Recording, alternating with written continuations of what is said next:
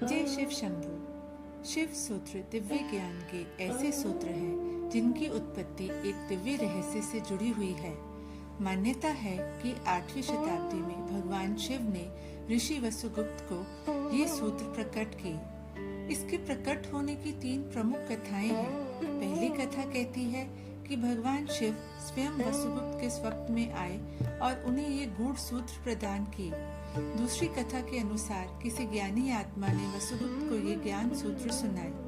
तीसरी और सबसे प्रचलित कथा ये है कि भगवान शिव ने वसुगुप्त के स्वप्न में एक विशेष शिला के बारे में बताया और उन्हें निर्देश दिया कि वे प्रातः उस स्थान पर जाके उस शिला के नीचे छिपे गूढ़ ज्ञान को प्राप्त करें। उन्हें ये भी कहा गया कि ये ज्ञान केवल उन्हीं के लिए है जो कृपा के योग्य है। वसुगुप्त ने वैसे ही किया जैसे उन्हें आदेश मिला था।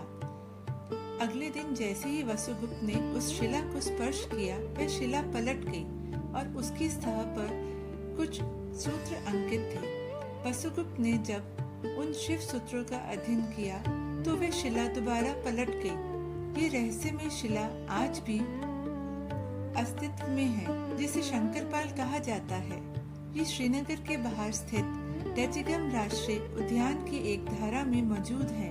विद्वानों का मानना है कि शिव सूत्रों ने कश्मीर के शैव तत्वबोध की पुनर्स्थापना की, जो कि एक योग और तंत्र पर आधारित अद्वैत मार्ग है।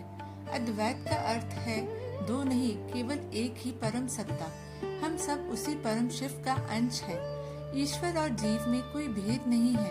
ये संसार जो अनेकता का अनुभव कराता है, वास्तव में वह भ्रम है।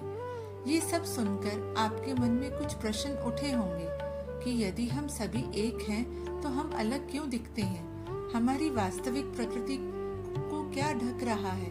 हम अपने सच्चे स्वरूप का अनुभव कैसे करें? माया के मार्ग से निकलकर परम शिव में कैसे लगे? इन सभी प्रश्नों के उत्तर हमें शिव सूत्र में मिलेंगे। सूत्र केवल 2 या 3 शब्दों के होते हैं। इसी कारण एक ही सूत्र के कई वैकल्पिक अर्थ भी संभव होते हैं। कुछ विद्वानों ने शिव सूत्र को गूढ़ माना है, लेकिन वास्तव में इनका संदेश अत्यंत सरल है। जब कोई व्यक्ति प्रारंभिक कुछ सूत्रों को समझ लेता है तो शेष स्वयं सहज रूप से प्रकट होने लगते हैं।